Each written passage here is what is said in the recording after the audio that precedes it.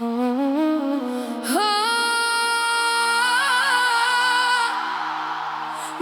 sessiz, yıldızlar uzak, kalbim sende kaldı.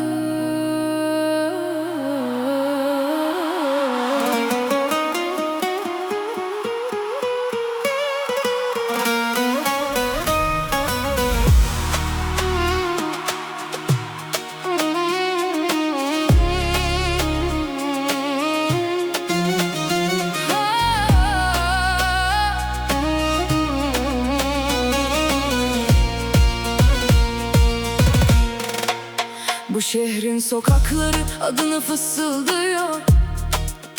Yağmur düşerken gözlerin aklıma doluyor. Bir yanım seni bekler, bir yanım yorgun. Sensiz geçen her gece biraz daha soğuk.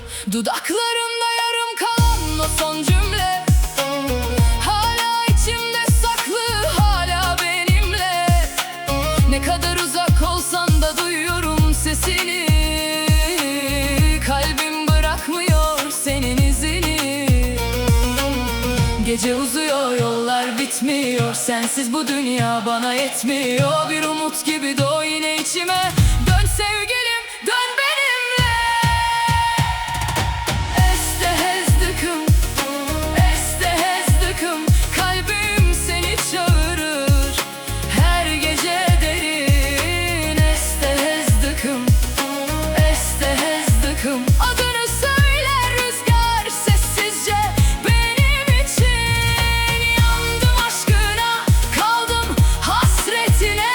Bir ömür yeter mi seni beklemeye? Estehezdikim, estehezdikim. Dön bana sevgilim.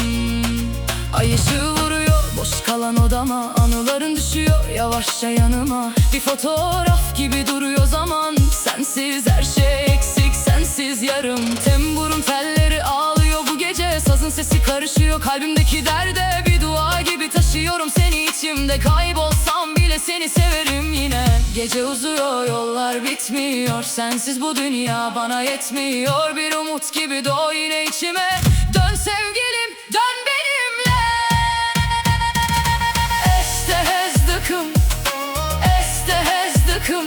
Kalbim seni çağırır her gece derin. Estehezdıkım, estehezdıkım. Adını söyler rüzgar sessizce benim için.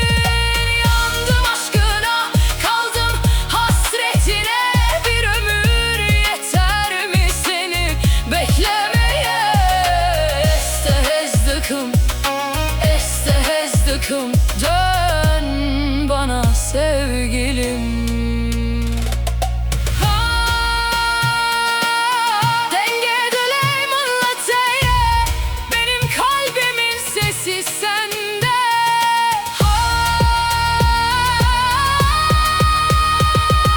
Gelsen bir gece ansızın, sarsan bütün yalnızlığımı. Bir kez daha baksam gözlerine.